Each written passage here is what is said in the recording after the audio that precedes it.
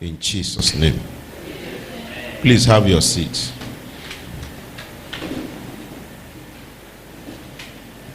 If I will have to be giving it serially, it means this is what?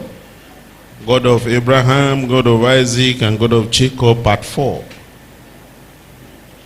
Praise the Lord. Part 1, we talked about God of Abraham. Part 2, we talked about God of Isaac. Part 3, we talk about God of Jacob when he was a 419. 419, trickster, became prince of God and God's firstborn. Do you understand it? 419, trickster, that's Jacob. He became prince of God. And God even called him what? My firstborn. If you want to know, I want us to see that place. Exodus 4:22 to 23. I didn't want to waste our time, but let's look at it. Exodus 4:22 to 23. God called Israel his firstborn.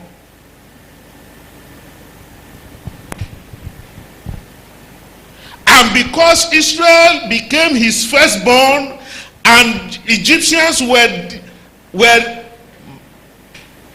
oppressing them, God said, okay, if you are going to oppress my firstborn, I will deal with your own firstborn too. That was why, let's read it. And thou shalt say unto Pharaoh, he said, go and tell Pharaoh, thus said the Lord, this is what the master said, Israel is my son, even my what? Firstborn.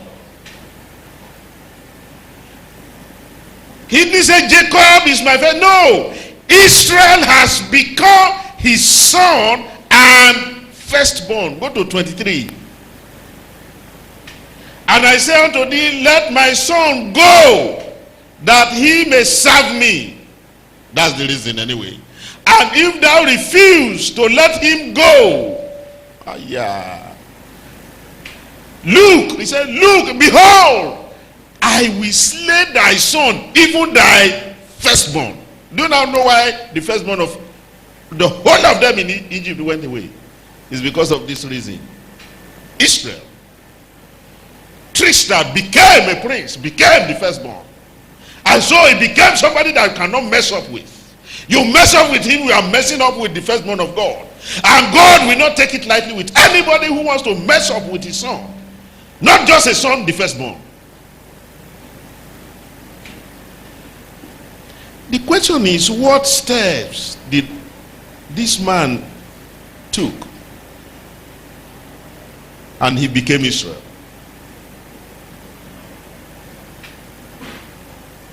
Probably you have been suffering like Jacob. I pray today you will become Israel. Amen.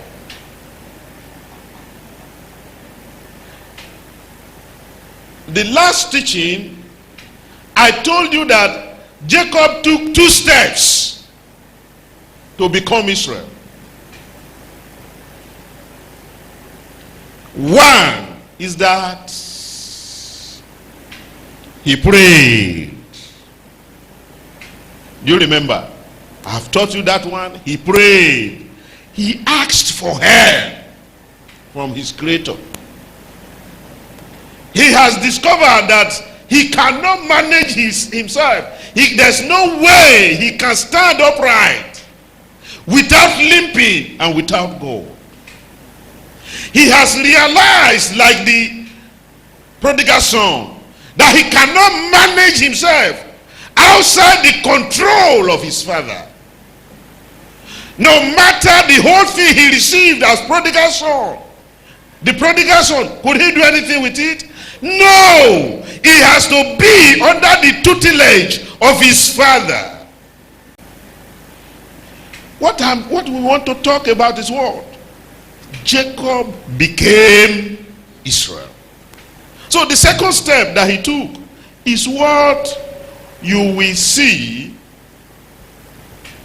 in our text Genesis 35. And God said unto Jacob, arise, go up to Bethel, and dwell there. Where is it? Dwell there, live there, and make there an altar unto God that appeared unto thee when thou fleddest from the face of thy brother. Then Jacob said unto his household and to all that were with him, put away the strange gods that are among you, and be clean, and change your garments. And let us arise and go up to Bethel, and now we make there an altar unto God, who answered me in the day of my distress, and was with me in the way which I went. And they gave unto Jacob all the strange gods which were in their hand, and all their earrings which were in their ears. And Jacob hid them under the oak which was by Shechem. And they journeyed, and the terror of God was upon the cities that were round about them, and they did not pursue after the sons of Jacob. Let's go to 9. And God appeared unto Jacob again when he came out of Padan Aram, and blessed him. And God said unto him, thy name is Jacob. Thy name shall not be called any more Jacob, but Israel shall be thy name. And he called his name Israel. And God said unto him, I am God Almighty. Be fruitful and multiply.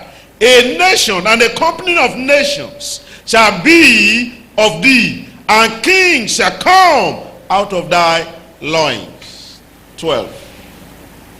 And the land which I gave Abraham and Isaac, to thee I will give it, and to thy seed, and after thee will I give the land. Praise the Lord. Now, God told him to do what? Told him, build an altar for me. What are the steps that this man took so that you will take it? We say he has prayed. The second one is that he built an altar for God and completely purify himself to God. Therefore, we are going to look at the meaning and the merits of building an altar for God and completely purifying yourself. God said, build an altar for me. And he immediately told his household, every household means your family members, the servants in your house, everyone around you, all of them, your workers, they must do something. And what is it? He said, remove strange gods. In another word, strangers, remove your God. I have original God. Praise the Lord. I don't know if you have removed the gods that are with you, or you are still patching it. That was what he did. He did not only remove, he told his household to remove. The concept of gods in those days, many of you are still having it. And what I mean, many of Africans, many blacks, they still have it. In those days,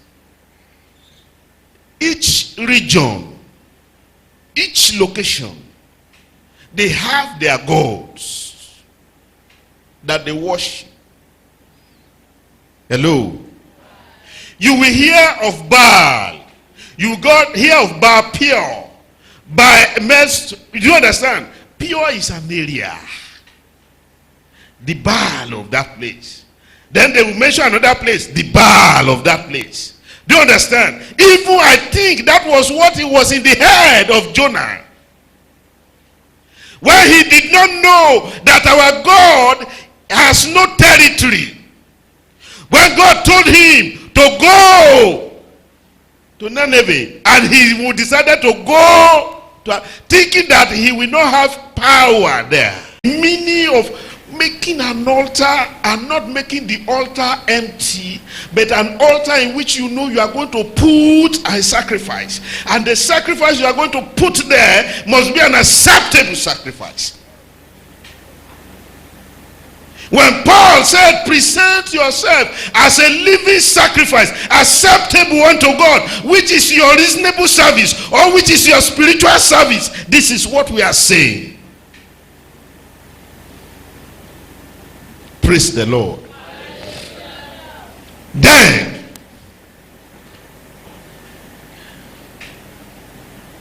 he did this. At least from last year, you all know the garment you are supposed to wear, isn't it? The garment of love. The garment that does not envy. The garment that is not proud.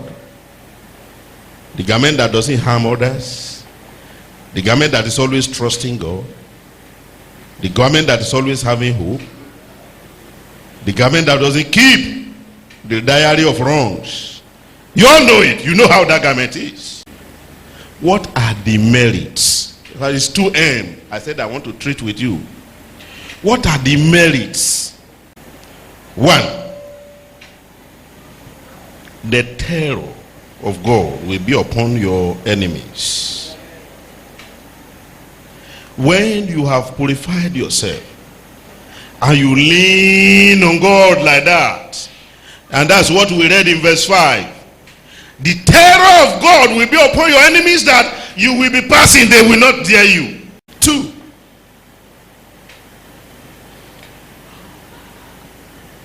I think you all know that God is everywhere. It's here now. But until you do this purification, until you release these gods, until you build your altar and make yourself a living sacrifice, you will not be able to plug in into the power of God and see God and hear God. We all agree that God is everywhere. Why is it that some people are not seeing the manifestation? So if you do it, the second merit is that you will see the manifestation of God, and God will bless you. That you will see in verse 9. 3. God will change your identity. He will change your name. He will change it from Jacob to Israel. He will change it from a supplanter to a prince. He will change it from 419 to what? To his firstborn.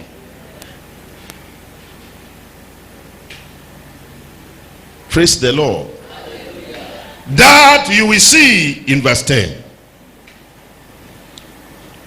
Number 4, God will restore to you the blessings that he gave you at the beginning of creation.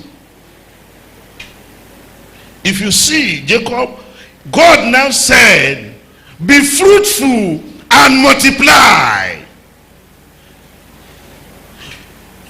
And what did God say to Adam at the beginning? Is that not the same thing? Be fruitful, go and succeed. All the, look, 419 collected blessing from Isaac and wasted it.